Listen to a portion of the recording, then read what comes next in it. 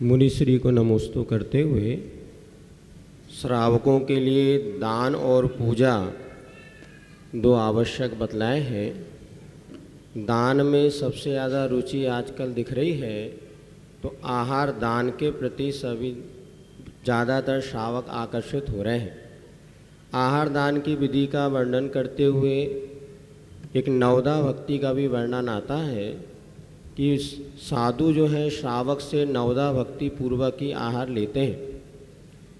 बचपन में हमें ध्यान है कि जब छोटे थे तो मुनिराज आते थे, तो एक संस्कार पड़े इसलिए मंदिर की धोती पहन ली और खाली हाथ ही जाकर के मुनिराज को आहार दान देकर के अपने आप को धन्य मानते थे।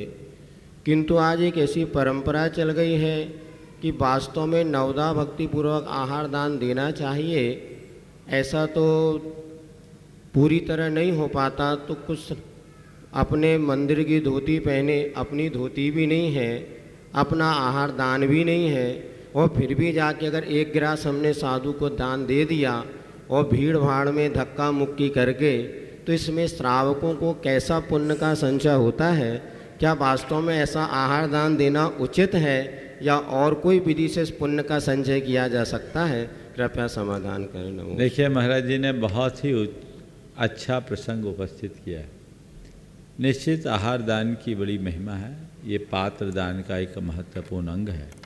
आचार्य समंतभद्र महाराज ने कहा है, गृह कर्म नापि निजतम कर्म विमाष्टि खलु गृह विमुक्ताना अतिथि नाम प्रति पूजा रुधिरमलम धावते वारी। दिन भर के घर गृहस्थी से संचित पाप किसी सत्पात्र को आहार देने से वैसे दूर हो जाता है, वैसे धुल जाता है, जैसे रक्त की धार को पानी की धार धो देती है। यानी ये आपके पाप के शमन का, पाप के छपन का एक श्रेष्ठ माध्यम है। इससे पापों का क्षय होता है, इसमें कोई संशय नहीं है। इसलिए प्रत्येक व्यक्ति को दान देने के लिए उत्साहित होना चाहिए और यथा अवसर दान देना चाहिए। लेकिन दान किसका दें? स्वस्याति सर्गो दानम है। अपना दो तो दान है, अपना नहीं तो काय का दान। नवधा भक्ति आप लोग करते हैं। नवधा भक्ति और 7 गुणों से युक्त होकर 9 और 7 16 होता है। इसी का नाम 16 है, समझ गए? पर आप लोगों को तो नाम भी याद नहीं होंगे, तो केवल कपड़ा बदलने का नाम 16 मान लिए। अच्छी बात है, साधुओं को आहार देने के लिए उत्साह होना भी एक गुरु भक्ति का प्रतीक है, लेकिन इसमें विवेक होना चाहिए। सबसे उत्तम आहार दान तो तब है जब तुम खुद अपना चौका लगा करके आहार दो। आप लोग देखते दूर दूर से लोग आते हैं, अपने चौके लेकर के आते हैं। किस लिए आ रहे? आहार दान देने के लिए तो आ रहे। हमारे गांव में साधु नहीं है, तो हम जहाँ साधु हैं वहाँ जा कर के आहार दें और अपने जीवन को कृतार्थ करें।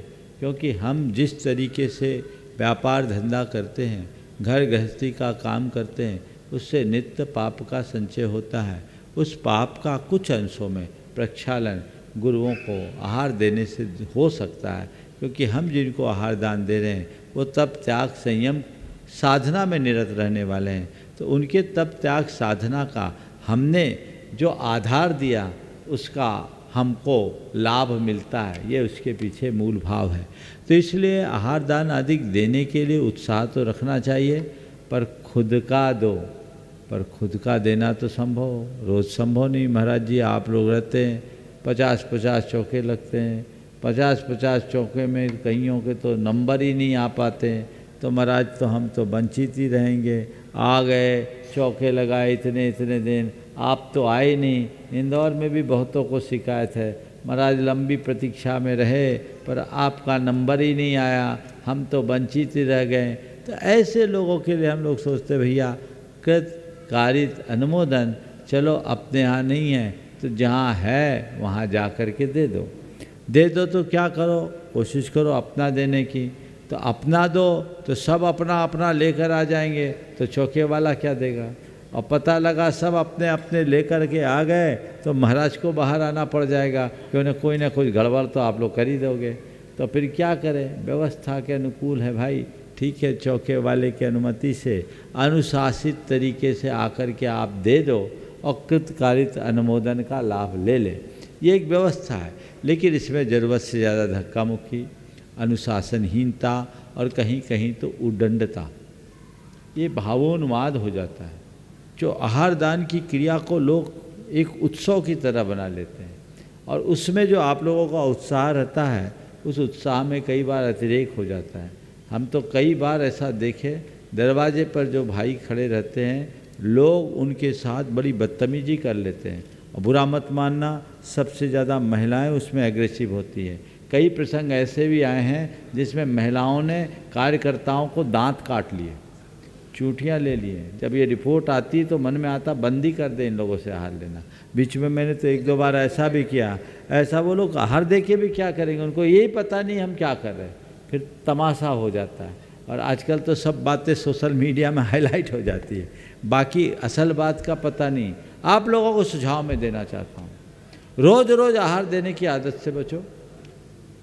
अब आपको तो काम एक 16 पहन लिया, आहार ही देना है, तो बेचारा जो सवेरे से मेहनत करके तैयार किया उसको तो 2 ग्लास नहीं देने को मिल रहा है। तुमने तो धंधा बना लिया। अपने घर में चौका लगा के दो ना, कभी कभार दो, 1 बार दे दिया, 2 बार दे दिया, बाकी दिन देख करके अनुमोदना कर लो। इतनी लंबी भीड़ और अव्यवस्था करना उसमें ठीक नहीं। हाँ, कोई बाहर से अभ्यागत अतिथि है, वो 1 ही 2 दिन के लिए आया, उनके लिए अवसर, जिसने चौका लगाया उसको अवसर। आप भी कभी कभार दे दो, भाई चौका खाली जा रहा है, एक दिन हमने दे दिया, बाहर अपना अनुमोदन कर ले। अब चौके वाले तो ठीक है, मौके वाले ज़्यादा हैं जिनका काम ही यही हमको आहार देना, और एक कोई नहीं देना, सबको लाइन लगा के देना और एक आध को निपटा देना, वो और गड़बड़ कर देते हैं। तो वो व्यवस्था ठीक नहीं है। अपना विवेक इसमें होना चाहिए। बिना विवेक की गई क्रिया सही परिणाम नहीं देती।